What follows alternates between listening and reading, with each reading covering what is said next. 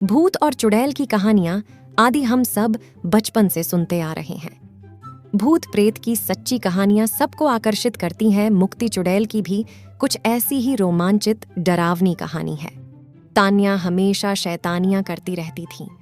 खेल कूद की शौकीन तान्या कभी इधर भागती कभी उधर भागती। बस उसे कोई पढ़ने को ना कहे।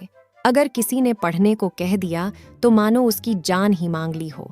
उसे पढ़ना बिल्कुल भी अच्छा नहीं लगता था। तान्या चाहती थी कि वह हमेशा खेलती कूदती रहे और उसकी माँ उसे रोज शाम को पढ़ने के लिए बिठा देती थी। एक दिन तान्या अपना सबसे पसंदीदा खेल खेल रही थी। जैसे ही उसकी माँ ने उसे पढ़ने को कहा, वह बहुत ज्यादा गुस्सा हो गई। उसने सोचा कि अगर वह घर की सारी किताबें जला दे तो उसकी प्रॉब्लम हमेशा के लिए खत्म हो जाएगी। अगले दिन जब उसकी माँ घर पर नहीं थी, तान्या ने सारी किताबों में आग लगा दी। उस आग में एक लाल किताब भी थी।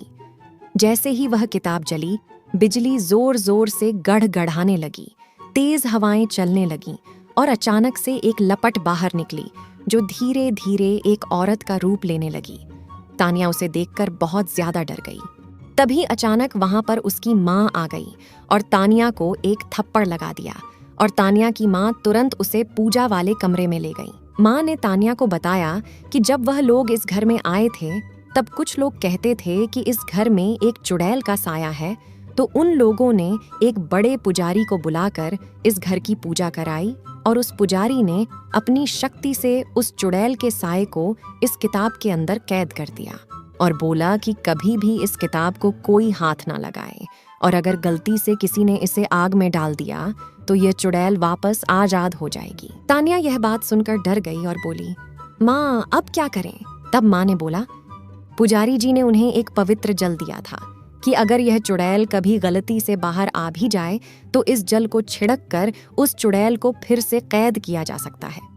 पर अब मुश्किल यह थी कि यह जल छिड़का कैसे जाए, क्योंकि वह चुड़ैल काफी गुस्से में थी, क्योंकि उसे इतने लंबे समय तक के लिए इस किताब में बंद कर दिया था।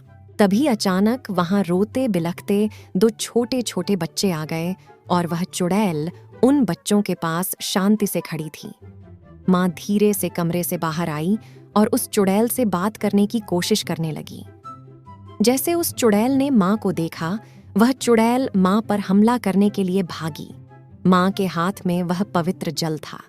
उस जल को देखकर चुड़ैल डर गई और वहीं रुक गई और बोली, मेरे पर यह जल मत डालो, मेरे बच्चे फिर अकेले हो जाएंगे। माँ ने उस चुड़ैल को बड़े ध्यान से देखा और पूछा कि तुम्हारे साथ क्या हुआ था?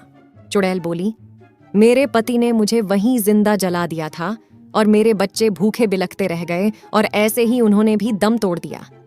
बस अंतर इतना रहा कि मैं तो चुड़ैल बन गई और मेरे बच्चे भूत बन गए। तब से हम यहीं रहते थे, पर 10 साल पहले तुम आए और तुमने मुझे इस किताब में कैद कर दिया।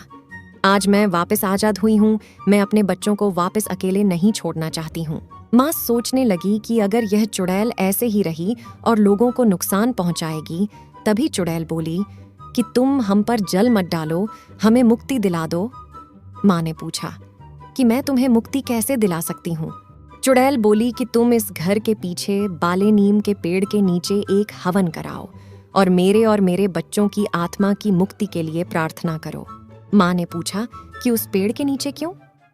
चुड़ैल बोली कि मेरे पति ने मुझे यहीं जलाया था और अगर कोई उस पेड़ के नीचे हवन करता है और मेरे बच्चों की मुक्ति की प्रार्थना करता है तो हमें मुक्ति मिल सकती है। अगले दिन तान्या की माँ ने वहां पर एक छोटा सा हवन कराया, जिसमें उन लोगों ने उस चुड़ैल और उसके बच्चों की मुक्ति के लिए प्रार्थना करी। इससे उस चुड़ैल और उसके बच्चों को मुक्ति मिल गई और वह हमेशा के लिए वहां से चले गए। और तान्या को भी यह बात समझ आ गई कि हमें ऐसे सारी किताबें नहीं जलानी चाहिए और हमें पढ़ना भी चाहिए, जिससे हम अच्छे और समझदार इंसान बन सके। कहानी का शीर्षक ये है कि कोई इंसान जन्म से बुरा नहीं होता, हालात उसे बुरा बना देते हैं।